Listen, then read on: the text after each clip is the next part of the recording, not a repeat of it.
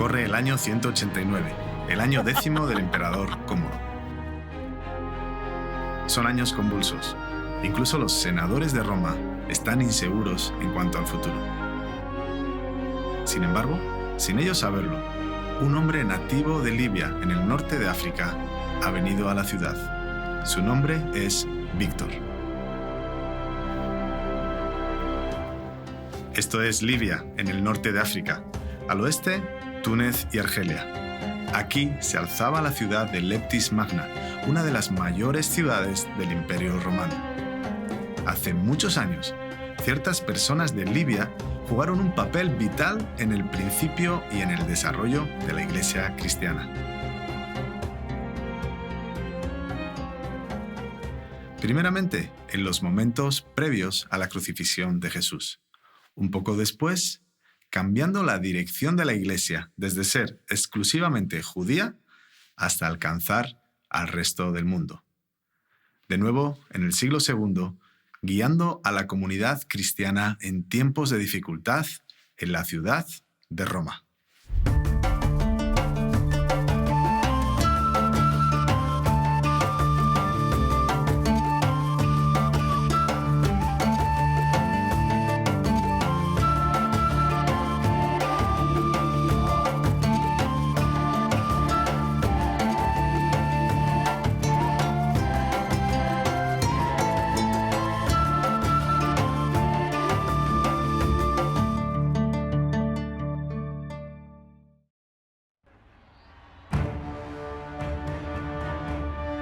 El emperador romano Cómodo es un gobernante sanguinario, incluso en el contexto de la Roma antigua.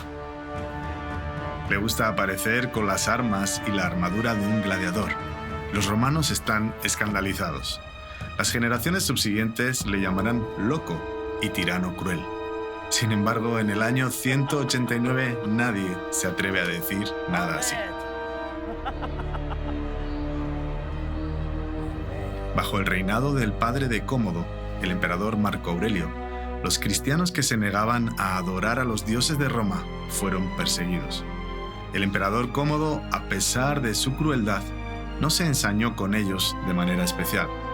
No obstante, a muchos de ellos se les envió prisioneros para trabajar en las minas de la isla de Cerdeña, algo que en sí mismo suponía una muerte en vida. ¿De qué manera Víctor, el nuevo obispo cristiano, podría ayudar a su pueblo sufriente en este lugar tan horrible? ¿Y cómo fue que Víctor, siendo un bereber norteafricano, llegó a ser el líder de los cristianos en Roma? ¿Cuál es la historia de fondo? La historia que hay detrás de la historia. En tiempos de Víctor, el territorio de Libia se enorgullecía de dos ciudades principales. Al oeste quedaba Leptis Magna, donde la mayoría hablaba latín. Al este se encontraba Cirene, donde la mayoría de la gente hablaba griego. También estaban las lenguas bereberes originarias del norte de África. Probablemente Víctor procedía de Leptis y es seguro que necesitó hablar en latín como obispo de Roma. En el año 193, a unos 4 años de su llegada, un nuevo emperador comenzó a reinar. Septimio Severo, al igual que Víctor, procedía de Libia, de Leptis Magna. El nuevo emperador se enorgullecía de su herencia libia y todos los edificios magníficos que todavía pueden verse en Leptis datan de su reinado. La historia de Cirene nos lleva muchos siglos atrás y curiosamente a la isla griega de Tera, a la que actualmente se denomina Santorini. Aproximadamente 630 años antes del nacimiento de Jesucristo, los ciudadanos de Tera lo estaban pasando muy mal. Después de varios años de sequía, la isla sufría una hambruna, aunque la población seguía creciendo. Sus dirigentes tomaron una decisión. Algunas personas debían zarpar al sur, a las costas de África, a la región que actualmente es Libia. Su gobernante sería un hombre llamado Bato, que en griego significa tartamudo, debido al defecto de habla que tenía desde niño. Pero en la lengua de Libia de aquel tiempo, la palabra Bato significaba rey, que es exactamente aquello en lo que se convirtió.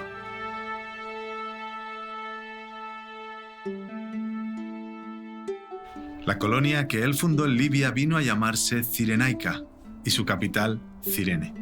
Sus nuevos habitantes siguieron rindiendo culto a sus viejos dioses y diosas de la antigua Grecia, pero se dieron cuenta de que algunos de los dioses a los que adoraban en su nuevo hogar eran bastante similares a sus propios dioses, aunque con otros nombres.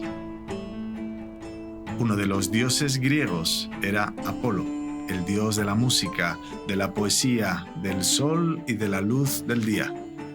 Al igual que ocurría con otros dioses griegos, Apolo era conocido por tener muchas amantes.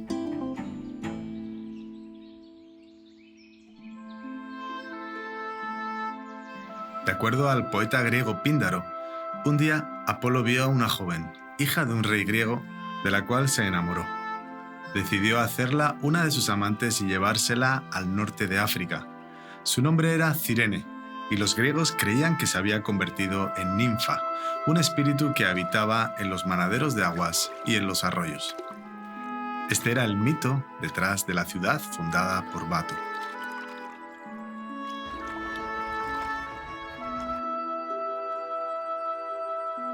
Hoy en día, todo lo que queda en pie son estas ruinas cerca de la ciudad actual de Shahat. En efecto, la ciudad de Cirene tenía abundantes provisiones de agua y la región de Cirenaica era muy fértil. El historiador griego Heródoto describe la fertilidad de esta hermosa tierra de cultivos.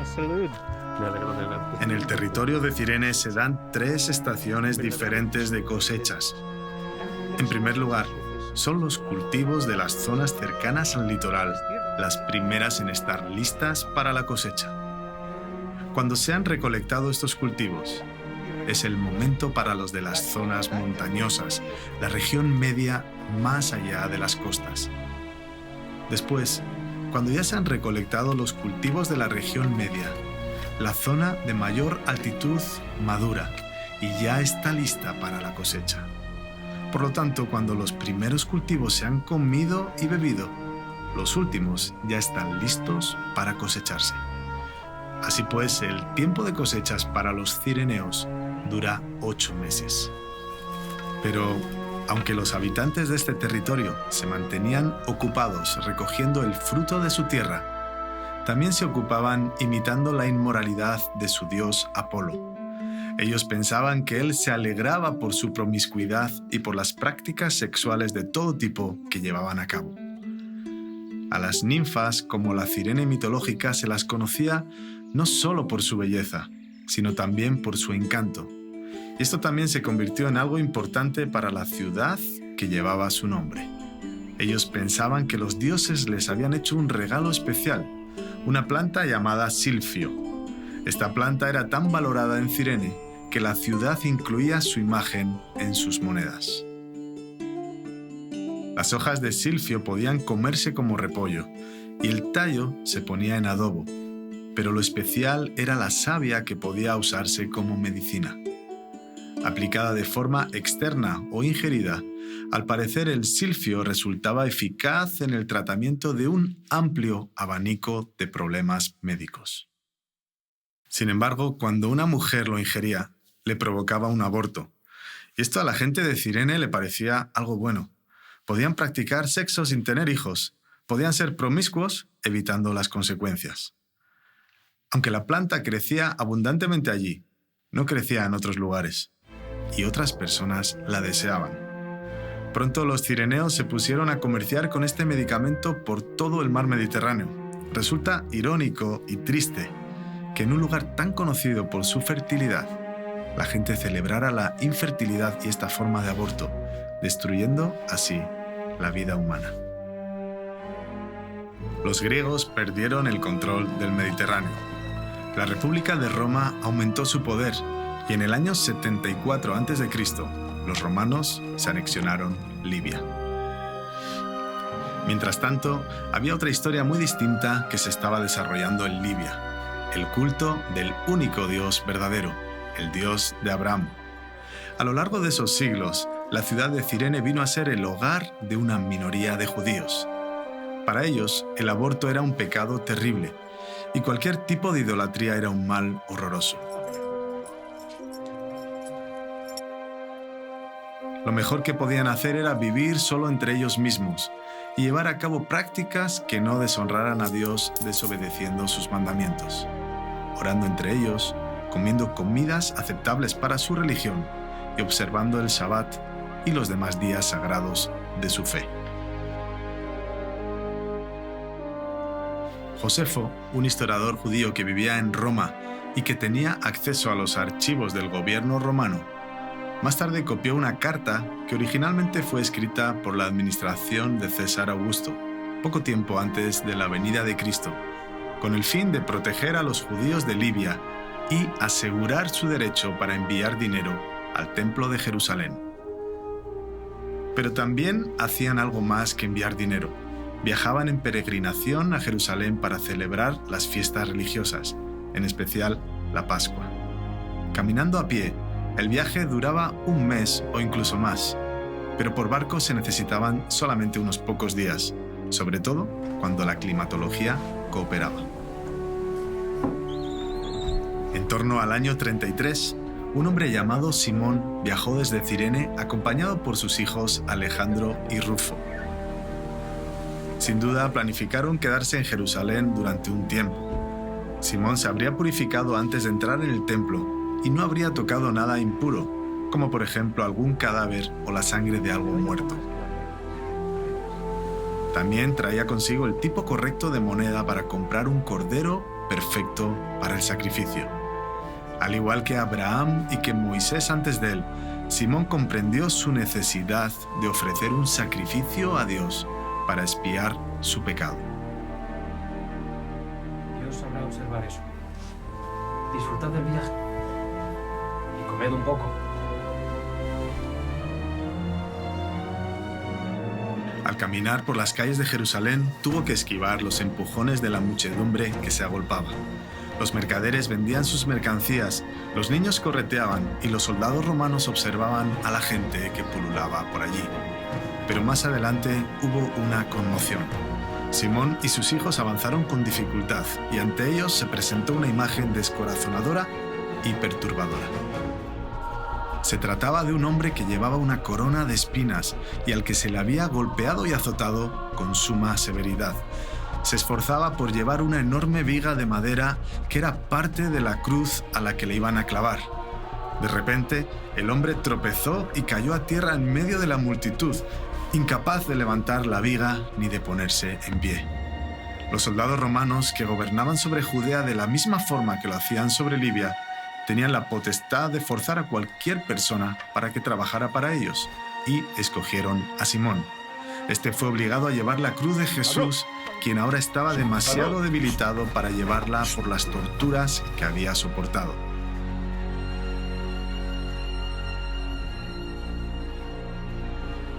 El Evangelio de Marcos, el primero que fue escrito, dice así: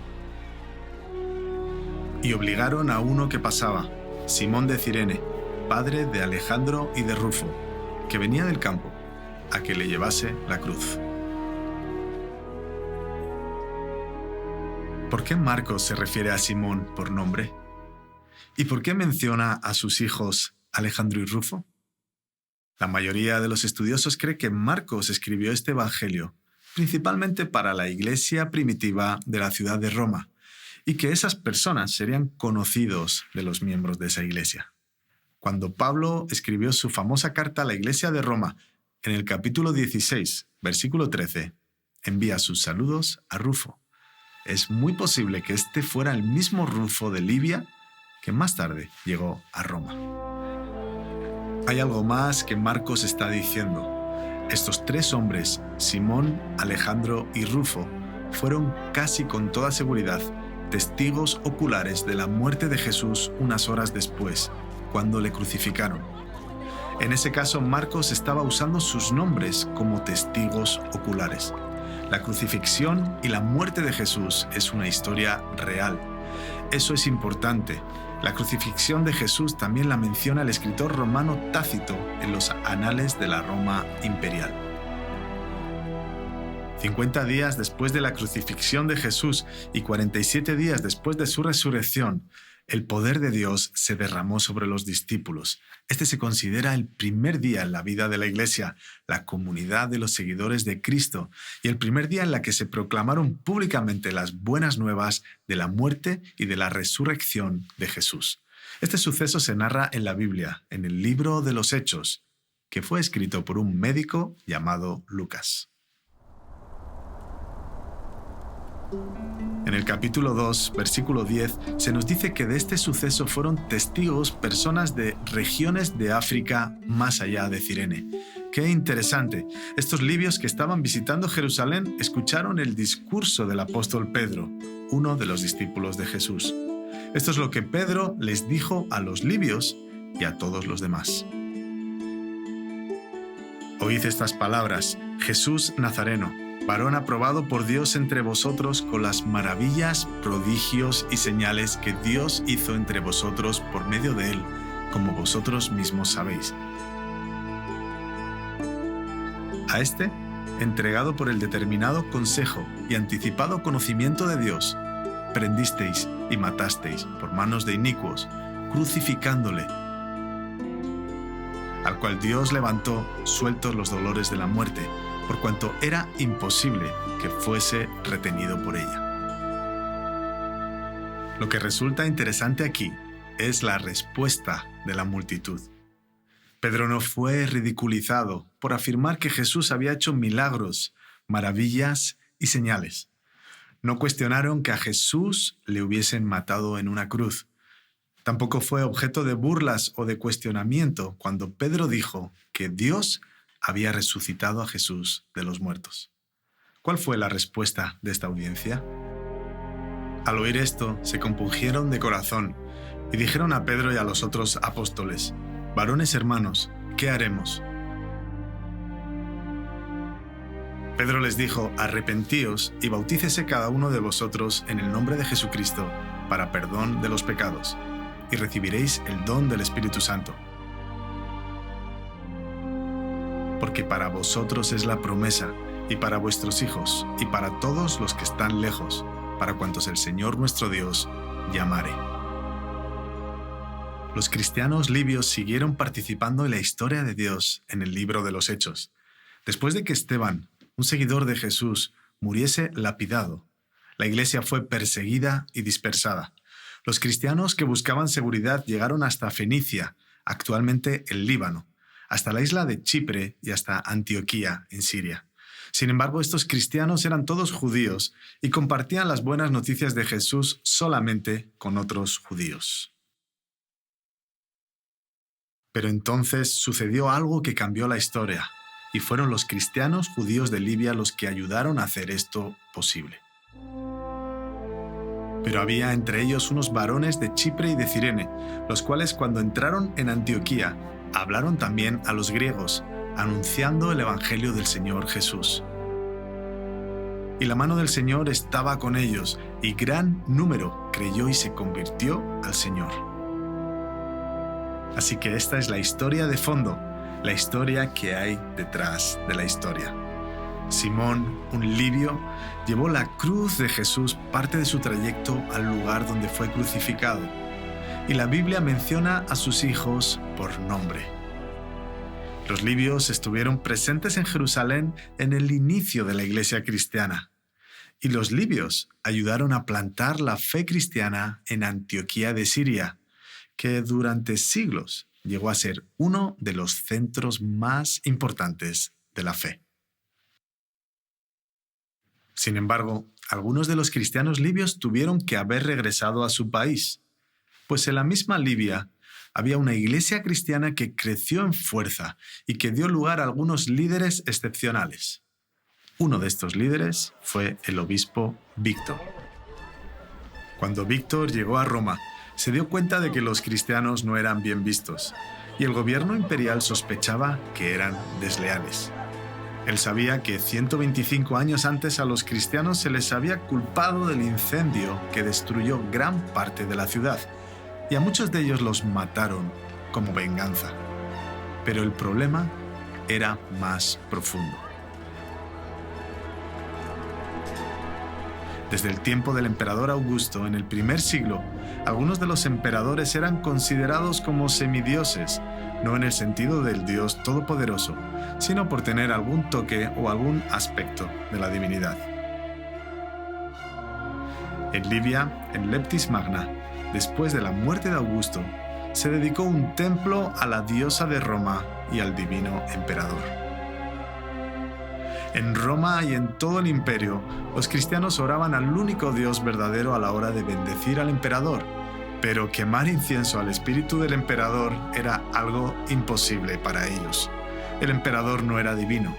Ya en el norte de África, algunos hombres y mujeres cristianos habían sido ejecutados por negarse.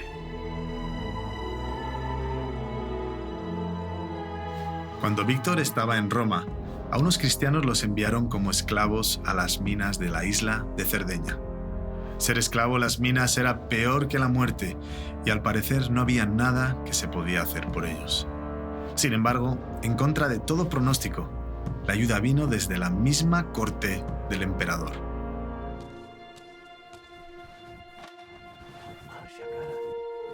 Jacinto era un siervo, no sabemos si esclavo o libre, del emperador, y se le había encargado la crianza de una joven mujer llamada Marcia. Ella se había convertido en la concubina del emperador Cómodo. Jacinto también era un presbítero o pastor cristiano. Marcia comenzó a comprender los caminos cristianos y se sentía mal por los prisioneros que estaban sufriendo por su fe en Cristo. Los cristianos la describían como alguien que ama a Dios. Aunque no se sabe a ciencia cierta si ella se hizo cristiana, sí fue una voz a favor de los perseguidos.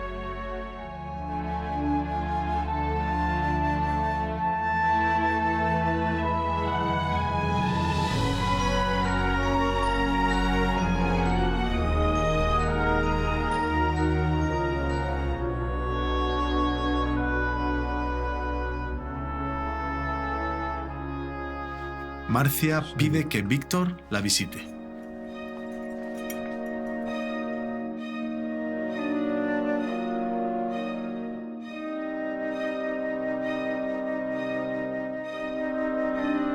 Siervos tuos y Cristi.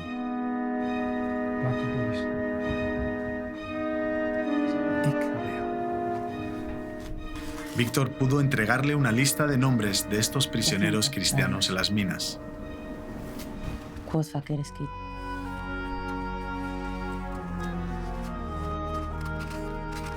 Y Marcia pudo persuadir al emperador Cómodo para que ordenara su liberación. Jacinto fue enviado a Cerdeña para asegurarse de su liberación. Pienso que a Jacinto le debió haber encantado ver cómo sus hermanos cristianos fueron liberados de esas minas horribles. Aunque Cómodo siguió siendo un gobernante sanguinario y maniático, seguramente por la influencia de Marcia y de Jacinto, llegó a ser más tolerante con los cristianos de lo que había sido el emperador que le precedió. Entonces, el 31 de diciembre del año 192, Cómodo quiso desfilar ante el pueblo de Roma como gladiador, en vez de aparecer desde el palacio con sus ropas púrpuras. Marcia y 3 de sus consejeros intentaron persuadirle para que no degradara su posición como emperador. La respuesta de Cómodo fue ordenar que los mataran a todos. Rápidamente ellos conspiraron y organizaron su asesinato ese mismo día.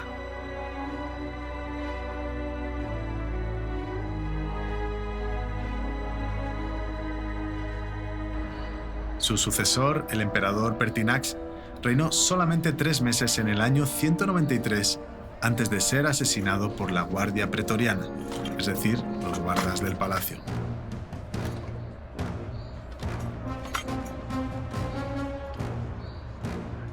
El poder recayó en manos de los guardas y ellos estuvieron dispuestos a vender el título de emperador al mejor postor.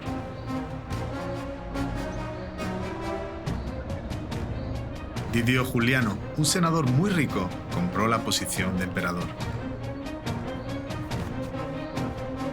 Por orden suya mataron a Marcia,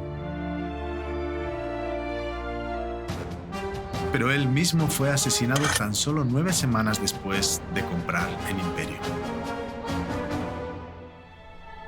Finalmente, el poder recayó en Septimio Severo, un destacado líder militar quien se convirtió en un gran emperador. El origen de Severo también era norteafricano, de Leptis Magna, Libia. Por lo tanto, en este momento histórico se produjo la extraordinaria coincidencia de que tanto el obispo de Roma como el emperador romano eran del norte de África, de Libia y muy posiblemente de la misma ciudad. A lo largo de todo este periodo turbulento, la influencia de Víctor como líder de la Iglesia en Roma se sintió más allá de Italia. Los cristianos todavía estaban siendo perseguidos y Víctor sintió que tenía que hacer algo para mantener la Iglesia tan fuerte y unida como fuera posible. Pero, ¿qué podía hacer? Según él creía, un cambio tenía que ver con la fecha en el calendario en la que los cristianos celebran la resurrección, el día en el que Cristo se levantó de los muertos. Tanto Jesús como sus discípulos eran todos judíos y usaban el calendario lunar judío. Las iglesias en Asia seguían esta tradición al conmemorar las fechas de la crucifixión y de la resurrección, comenzando en el 14º día del mes judío de Nisán, sin importar el día de la semana en el que cayera. Sin embargo, las iglesias en Roma y en el resto del Imperio Romano conmemoraban la crucifixión el viernes siguiente y la resurrección el domingo siguiente. Víctor creía que las iglesias en Asia debían cambiar su tradición y ajustarse a la de los demás. Cuando se negaron, Víctor respondió excomulgándoles, es decir, expulsándoles de la comunión con otros cristianos. Eso fue una gran equivocación. Ireneo, el obispo de Lión en la Galia, quien fue un gran teólogo, inmediatamente se dio cuenta del error. Ireneo escribió a Víctor: el desacuerdo no solo tiene que ver con el día, sino también con el carácter del ayuno. Algunos piensan que deberían ayunar un día, otros 2 y otros más. Aún así, en el pasado todos vivían en paz los unos con los otros, y nosotros también vivimos en paz. Las diferencias en cuanto al ayuno tan solo sirven para demostrar nuestra unidad en la fe. Nunca este asunto fue razón para expulsar a nadie. Toda la iglesia estaba en paz, tanto los que observaban el día como los que no lo hacían.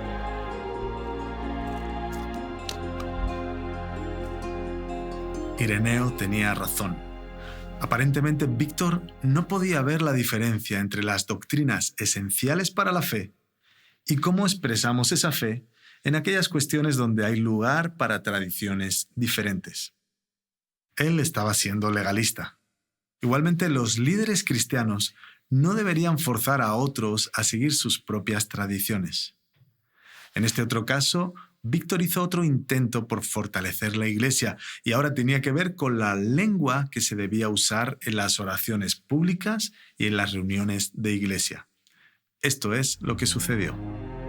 En los días del Imperio Romano, la lengua que se usaba en la zona oriental del Mediterráneo, incluido Egipto, era el griego, y esa era la lengua del Nuevo Testamento. En Italia y en la zona occidental del Mediterráneo, la lengua de la gente era el latín. Este también era la lengua oficial del Estado de Roma. En la misma Roma y a mediados del primer siglo, las personas educadas podían hablar y leer ambas lenguas, el latín y el griego.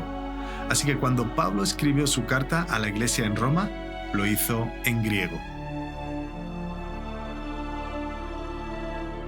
Sin embargo, ya a finales del segundo siglo, Víctor sabía que muchas personas del Imperio Occidental, incluida gran parte del norte de África, no entendían el griego. No obstante, la Iglesia seguía utilizando el griego al leer las Escrituras y al hacer las oraciones. Víctor decidió enviar instrucciones para que en la Iglesia en Roma se hiciesen las oraciones en latín, la lengua cotidiana de la gente corriente. Aunque eso no sucedió inmediatamente, sí fue un buen comienzo. Víctor había hecho lo correcto y en esta ocasión sí había visto la diferencia entre comprender la palabra de Dios, que es esencial, y las lenguas en las que la leemos, que pueden ser distintas. En este asunto, Víctor sí tenía razón.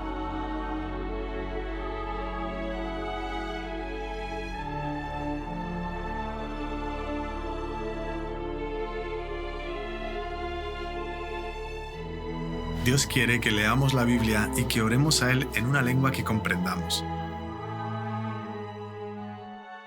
En el día de Pentecostés, cuando el poder de Dios se derramó sobre la iglesia en Jerusalén, Dios, mediante un milagro, hizo que los discípulos de Jesús hablaran de su gloria en muchas lenguas diferentes. Dios no insiste solamente en una lengua para la oración. Cuando oramos, Dios nos entiende sin importar qué lengua usemos. Por eso, Él es Dios y comprende todas las cosas. En la Escritura, Él preserva su mensaje generación tras generación. Cuando se traduce a otra lengua, Él puede guiar a los traductores a comunicar su palabra a los corazones de cada nación de la tierra. Yo me pregunto si Víctor pensó en algún momento lo que Simón de Cirene había hecho por Jesús 150 años atrás. El paralelismo es claro.